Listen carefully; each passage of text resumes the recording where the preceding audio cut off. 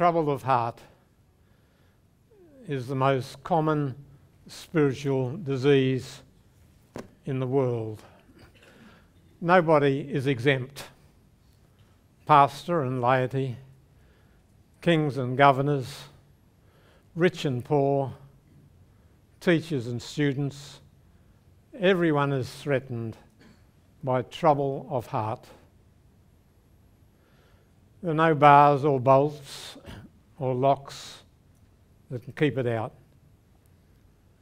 It springs from inward causes and outward causes, from health of body, health of spirit, from things of the past, threats in the present. But there are remedies. And the main remedy is our attitude of faith or faithlessness. Faithlessness must change into an attitude of faith if our trouble of heart is to be dealt with successfully.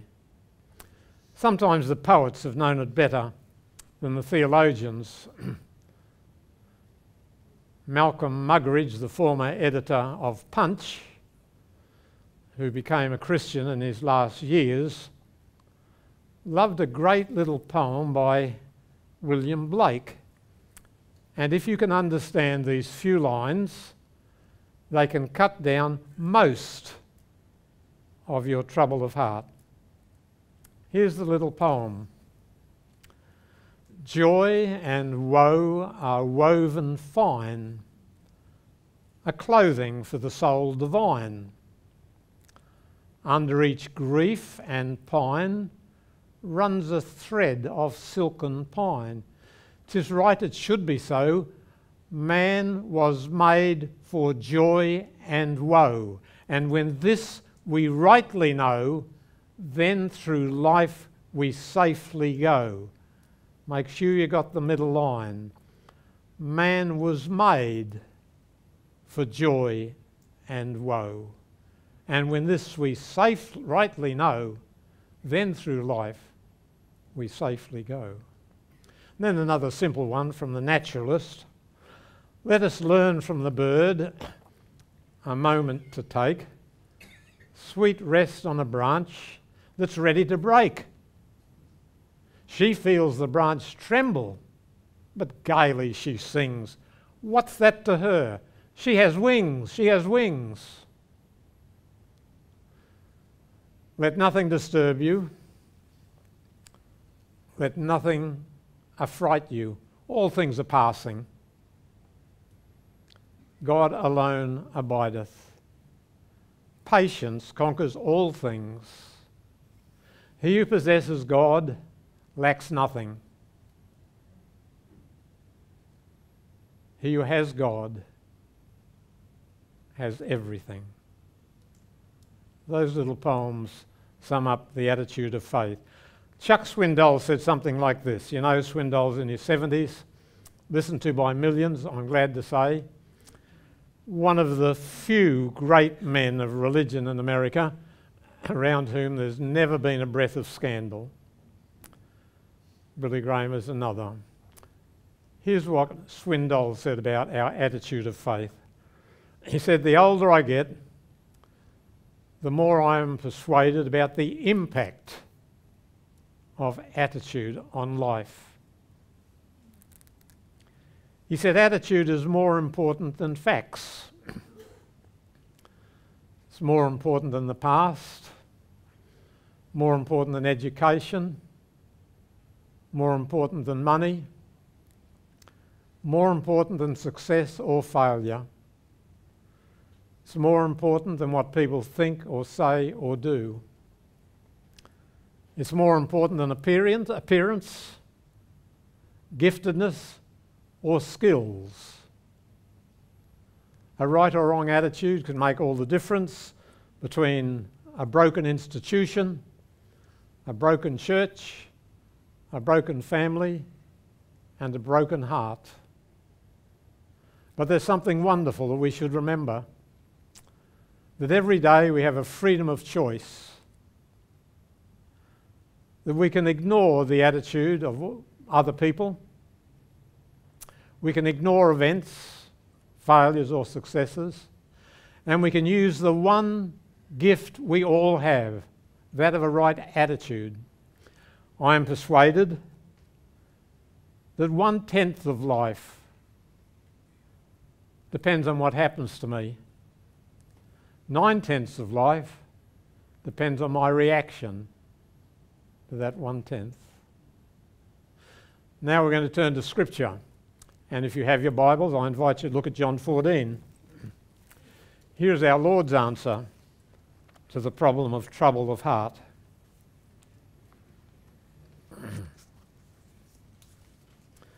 In John chapter 14, he says, don't let your hearts be troubled. So there's something we can do. Well, what? Trust in God. Trust also in me. Is this so hard? May I help you? I oftentimes refer to what I'm now about to say, but it's very important. If you find it difficult to trust in Jesus, think on a statement he made in the last week of his life. Heaven and earth shall pass away, but my words will never pass away. Think of the comparison. Words, a few articulated sounds that hit the ear and are lost, compared with the universe, sun, moon, stars and earth. Think how fleeting are words. Think how solid is the earth. But our Lord says, my words will not be fleeting. They will not be evanescent. My words will outlive the world, outlive sun and moon and stars, outlive the universe. Now, no one else has ever said that. Lenin and Hitler and Stalin have passed away. Few people know any of their words. Myths cannot stand the test of time and science, but the words of Christ are beyond myth. They are eternal, more solid, more reliable than the earth you and I walk on. So when he says, trust in me, we're trusting in the eternal one. But he gives other reasons why not to be troubled.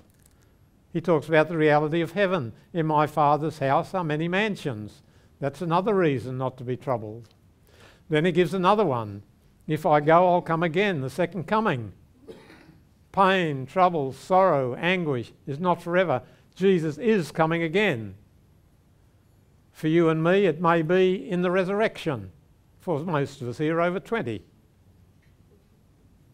Some who are under 20 may see him come without going through the portals of the tomb. But his coming again is another reason not to be troubled. And then he said, you don't have to be concerned about how to live. I've told you, I'm the way, the truth, and the life. So the first thing we ask in every question, well, did Jesus say anything? Did Jesus demonstrate anything? Is there something in him that answers this question? He is the way. He is the truth. He is the life. No preacher, no teacher, Jesus. But then he gave another reason. I will pray the Father, and he will send the Comforter to you, that he may abide with you forever. Few Christians understand the significance of this. When the Holy Spirit came down at Pentecost, he came down to stay. He's never gone back. He's here. He's in every heart that believes. But too often he's only a resident, not a president.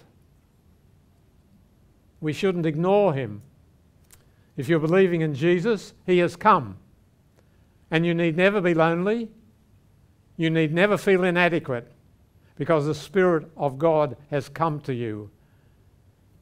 Parakletos, one called alongside to help. We have a mighty helper. The older I get, the more aware I am of my weakness, my ignorance, and my sinfulness. I need a mighty helper, and I have him, and so have you. So let not your hearts be troubled. The more you have of the Scripture understood and practiced, the more you'll be conscious of the working of the Spirit in your life.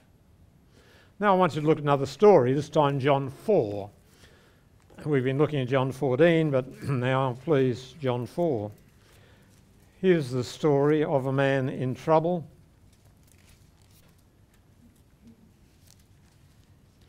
You remember, the nobleman comes to Jesus, found at the end of John chapter 4, verse 43 onwards. After the 2 days, he left for Galilee. And then it says in verse 45, when he arrived in Galilee, the Galileans mentioned him. And then in verse 46, once more he visited Cana, and there was a certain royal official whose son lay sick at Capernaum. When this man heard that Jesus had arrived in Galilee from Judea, he went to him and begged him to come and heal his son who was close to death. Unless you people see miraculous signs and wonders, Jesus told him, you'll never believe. That's a pretty blunt response to a man whose heart was breaking, but there was a reason. Sometimes people have to be hurt before they can be healed, which is another reason for trouble. The royal official said, Sir, come down, for my child dies. Jesus replied, you may go. Your son liveth. Some versions have your son will live. Better translated as in the KJV, your son liveth. The man took Jesus at his word and departed. And then the rest of the story is that he found it so. Now, you have problems. Here's the sequence. Take them to Christ. Don't think your doctor, your banker, your pastor, or your spouse can solve all your problems. They can't. Take them to Jesus. The nobleman took his problem to Jesus. Secondly, he is warned not to look for miraculous signs and wonders, but to take Jesus at his word. In other words, to live and walk by faith without seeing. The reason most Christian lives are feeble and ineffectual and not influential is because their lives without living active faith. Do we take Jesus at his word without seeing signs? Only then will we ever see signs later. So he receives from Jesus the word, give up your dependence on outward visible things. Put your dependence only in my word, and know that if I'm willing to die for you on Calvary, there's nothing I will not do for you. Remember, at Calvary, my dear friends, Jesus didn't give a placebo. He didn't give a pill. He didn't give good advice. He gave himself. He's your best friend and mine. He loves you more than spouse or son or daughter or mother and father. He's nearer to you than breathing. He's closer than hands and feet. And he's for you even when you're against him. He loves you even when you fail. That's what I mean when I say he didn't give us a pill or a placebo or good advice. He gave us himself. So the nobleman is told, take my word for it because I died for you. Then we read that the nobleman, without seeing any signs, without seeing any demonstration, and without taking Jesus back with him as he'd hoped for, takes Christ at his word and goes home. Now, what did he feel like on the way home? Well, if his attitude was one of total dependence, he was rejoicing. His son was alive. If his faith was feeble but kept going, the fact remained. His son was alive. That road to Capernaum represents the road you and I take several times a day, because trouble knocks at our door several times a day. And we have to trust Christ or groan and moan and fear. When we take him at his word, regardless of appearances, regardless how we feel, we go about our common work trusting that all will be well because of his love, then it becomes even so.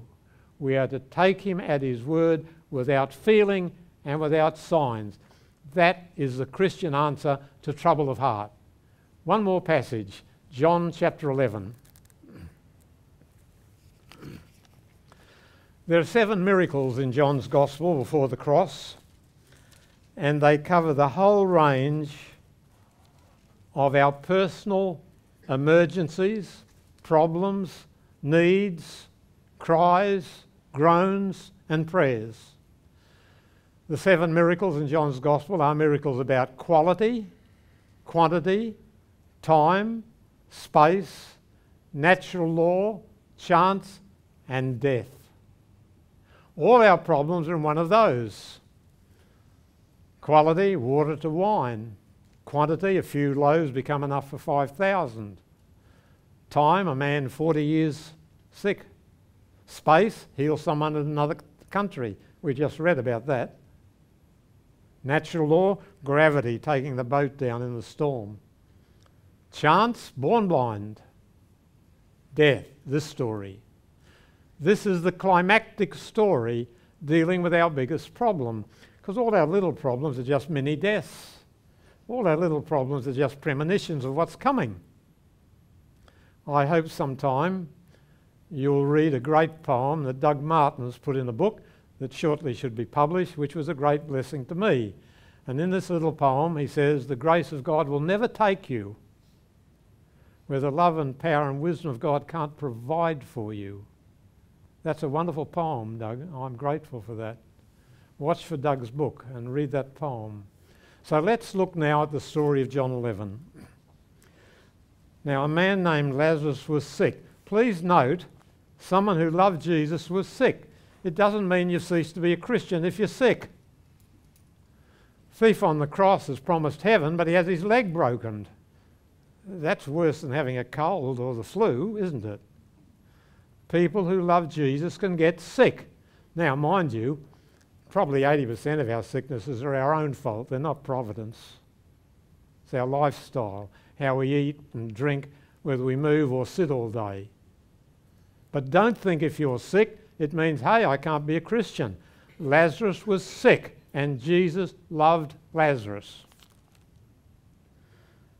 He was from Bethany, the village of Mary and her sister Martha. This Mary, whose brother Lazarus lay sick, was the same one who'd poured perfume on the Lord and wiped his feet with her hair. So the sisters sent word to Jesus, Lord, the one you love is sick. Please notice, the best prayers are brief. I do most of my praying when I'm walking or when I'm swimming. Staccato prayers, brief prayers. Lord, I messed that up, forgive me. Lord, what will I do about this? Lord, this letter, how shall I answer it? Lord, help me to think better on this problem. Lord, so-and-so needs help. Lord, I have a loved one over there that's sick.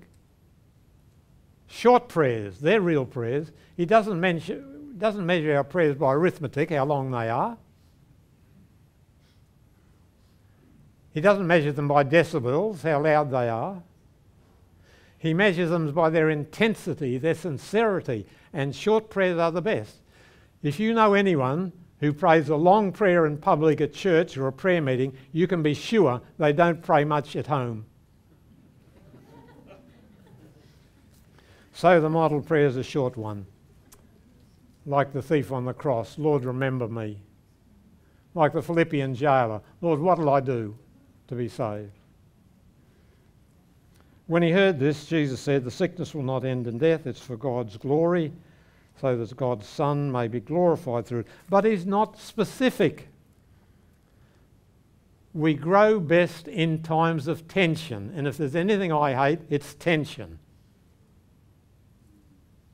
I like things clear and obvious and not hanging in the balance, but I grow best in times of tension. So Jesus doesn't tell them enough to wipe out all the stress and strain. He just offers them a little bit of hope so they can exercise faith. He doesn't say, listen, I'm going to be there. I'm going to be there. I'll fix him. Doesn't say that. Jesus loved Martha and her sister and Lazarus. Yet when he heard Lazarus was sick, he stayed where he was 2 more days. Now please grasp this next point. It may be worth you coming here to hear this.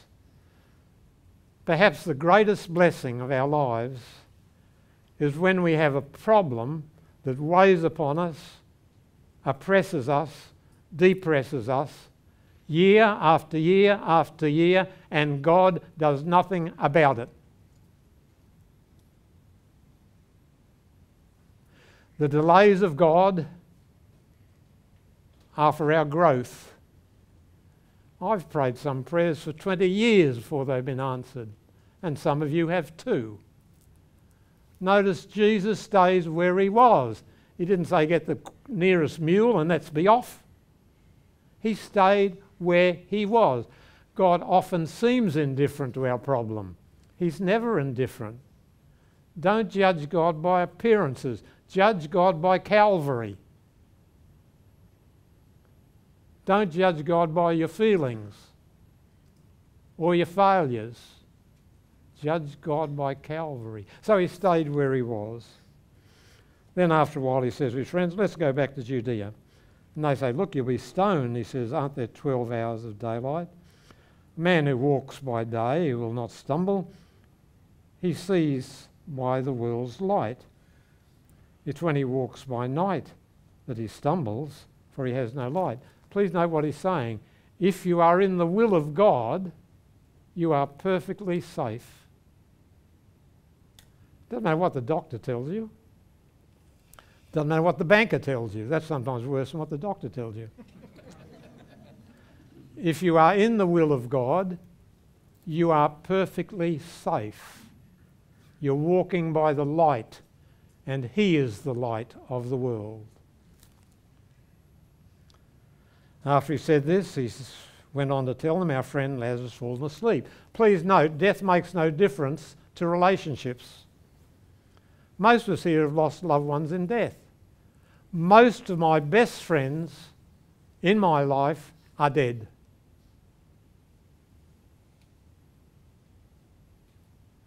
Death does not change relationships. Our friend Lazarus, he's still the friend. Christians never say goodbye for the last time. Au revoir, that's all. Christians never say goodbye. And they don't understand him, they're thick-headed. They think he means he's just fallen asleep and says, well, he'll get better, sleep's good for you. Then he speaks plainly. Verse 14, Lazarus is dead. For your sake, I'm glad. Hey, glad about death? God reads things differently to us. Our Lord has the permanent well-being of his disciples in mind. The permanent well-being of Mary and Martha, not just temporary. Parents who try to save their children from all sorts of problems are foolish. They should be looking for their permanent well-being, not temporary well-being. So he says, I'm glad I wasn't there. Why is he glad? Because instead of raising him from a bed of sickness, he's going to raise him from the grave. That'll be much more impressive and sustaining of faith. And Thomas says, well, let's go with him and we'll die with him. On his arrival, he finds Lazarus been in the tomb 4 days. Many Jews had come to Martha and Mary, comfort them in the loss of their brother. When Martha heard Jesus was coming, she went out to meet him, but Mary stayed at home. Lord, Martha said to Jesus, if you'd been here, my brother wouldn't have died. The heresy of if. All of us would like some things to be different. No exceptions. some people we know, some problems at work, some difficulties in the church. All of us want things to be different. The heresy of the full cup. Don't think life would be smooth and easy if you got all you wanted. It would not. It wouldn't work. Things would suddenly turn upside down. The heresy of the full cup. Jesus says, your brother will rise again. Notice he's keeping up the suspense. Do you have a problem Jesus hasn't answered? Do you have a prayer that he seems indifferent to? Do you have a sickness that you can't fix? A personal relationship you can't heal? And God doesn't do anything? He didn't do anything here till the right time. He just says, he'll rise again, and Martha thinks, yeah, on the great day of resurrection, when hundreds of years after my death perhaps. Jesus keeps up the suspense.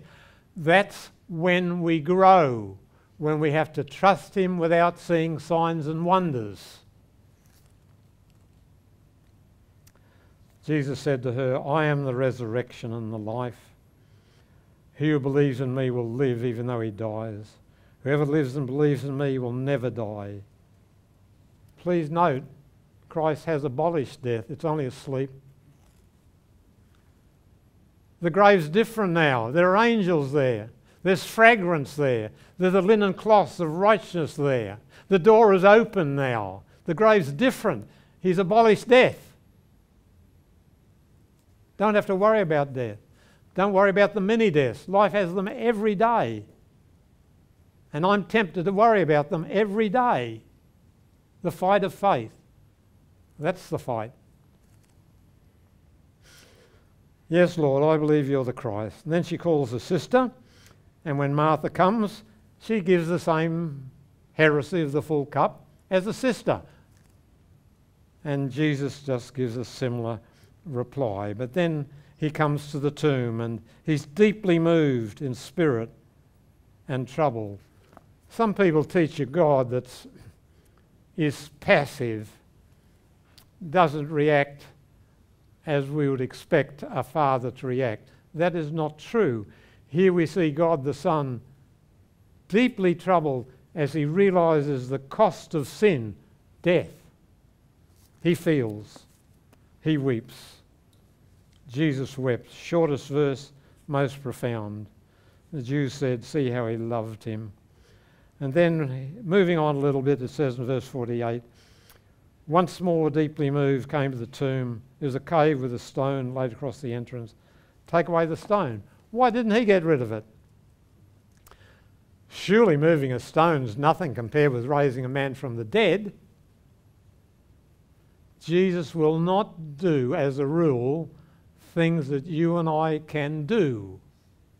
Now, I would like Jesus to write all the Bible in my memory, Genesis 1:1, down to the end of Revelation chapter 22. He will never do it because a little bit of application, day by day, week by week, month by month, will do some of that for me myself.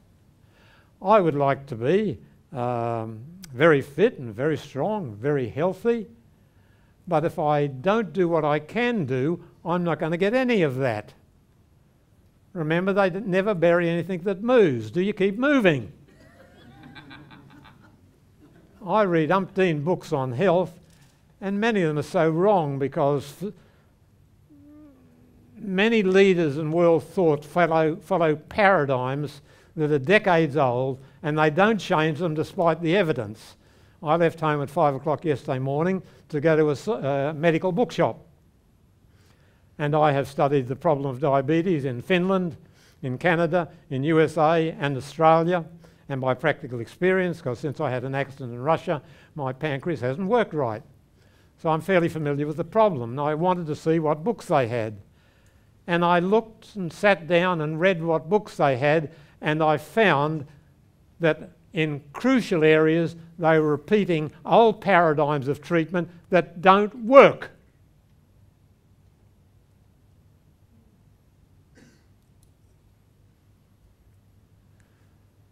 We have to think for ourselves, study for ourselves, learn for ourselves. Take no man as a god, no preacher, no teacher. Men are fallible. Only God is infallible. Take away the stone. He will not do for you what you can do for yourself. In matters of physical health, mental health, what do you think about all day long? If your thinking's negative, your feelings will be negative. Motions, feelings follow thought. Paul says, whatsoever things are pure, true, of good report, if there be any virtue, think on these things. When the wrong thoughts come, you must say, Lord, get rid of that and change. You can't think of two things at once. Think of something else. Someone's virtues. Take away the stone. And as soon as he says that, there's an objection. If you're going to get something good done, don't think it'll be free from objections. If it's very good, there'll be very many objections. So the objections come up. Lord, if we roll away the stone, the odour will be awful. He's been dead and gone 4 days. He's decayed flesh. There are always objections when God's going to do something. Jesus said, didn't I tell you if you believed you'd see the glory of God? What a sentence. If you and I would trust God, we will see the glory of God. Listen, I've been a Christian over 65 years with more failures than I can count. Made all sorts of mistakes, all sorts of blunders, fallen short in 1,000 ways, but I know it is true that whenever I have trusted God, I have seen the glory of God, and so have you. Why don't we do it more habitually? If you believe, you will see the glory of God. I can't help my unbelief. Yes, you can. What do you feed your mind spiritually? We must become preoccupied with Jesus. What the sun is to the solar system, Christ must be to your heart. Isn't it funny? Some people expect to spend eternity with God and they won't give him 5 minutes a day down here. Isn't that funny? Isn't it strange? I shouldn't say it's funny. You know, we all like comedies, but comedies don't endure. Tragedies endure. Because the universe isn't a funny place, except it's sometimes strange. The best things in art, music and literature reveal some truth about the universe. And it is the tragedies that reveal the folly of sin that stick with us, because they strike a note in our own heart that says, yes, and I've had little tragedies because of my sins. What do we feed our hearts? Can't believe unless you're feeding the right stuff. Don't expect to talk with Jesus throughout eternity if you don't talk to him now. If you believe, you'll see the glory of God. Then he prays, Father, I thank you. I know you heard me. And then he says, Lazarus, come out. And you remember that Dwight L. Moody said if he hadn't said Lazarus, come out, they'd have all come out. Lazarus, come out. There was only a temporary coming out. He would die again. But when Jesus rose, that was the beginning of the resurrection. The rest could have followed quickly if the church had kept hold of the gospel. Why is the world so slow in responding to Christ? Because we, his messengers, are pretty lazy. You know, Spurgeon once said, if you're not a missionary, you're not a Christian. Boy, Spurgeon, do you mean that? That's very searching. If you're not a missionary, you're not a Christian. Now, you don't have to be a missionary of going door to door. I did that for many, many months, but I'm glad I'm not still doing it. I'm not well equipped for that. I don't take well to barking dogs and barking women. But there are many ways of being a missionary. The best way is to love other people.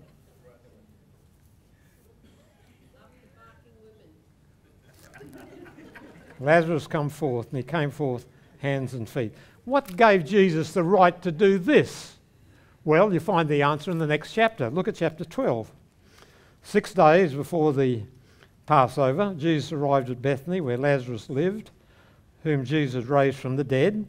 Dinner was given, Martha served, Lazarus among them.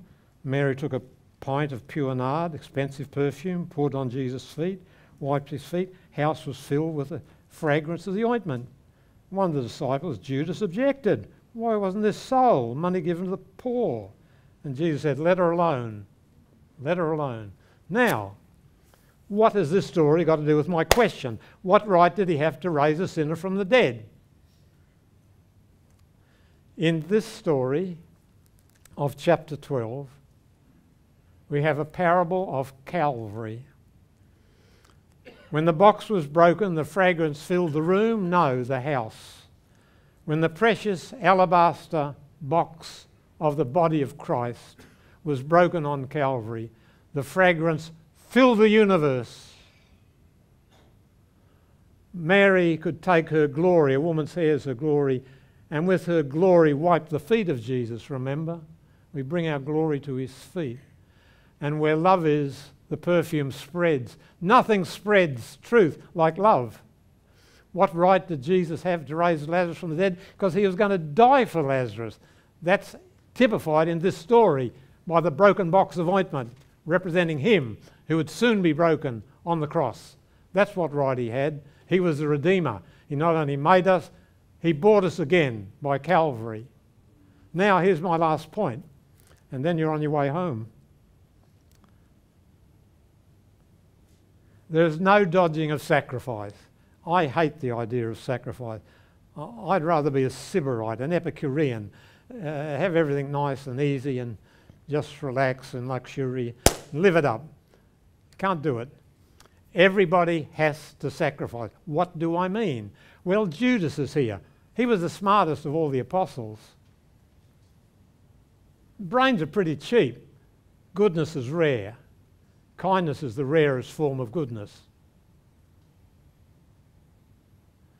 Look what Judas sacrificed. Eternity. What did Mary sacrifice? Well, a few years of wages. Everybody must sacrifice.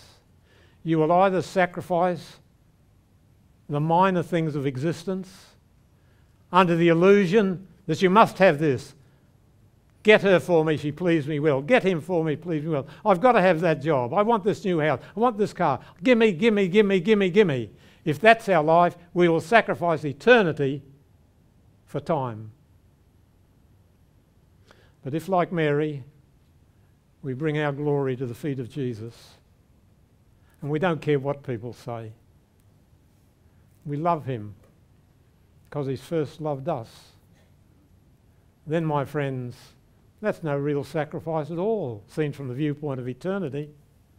Why? When we get home, the worst life on earth will seem no more than like a bad night in a third-class motel. We all must sacrifice. Either sacrifice the little for the great, or sacrifice the great for the little. The little is pressing. The little is urgent. The little is visible, tangible. Get it for me.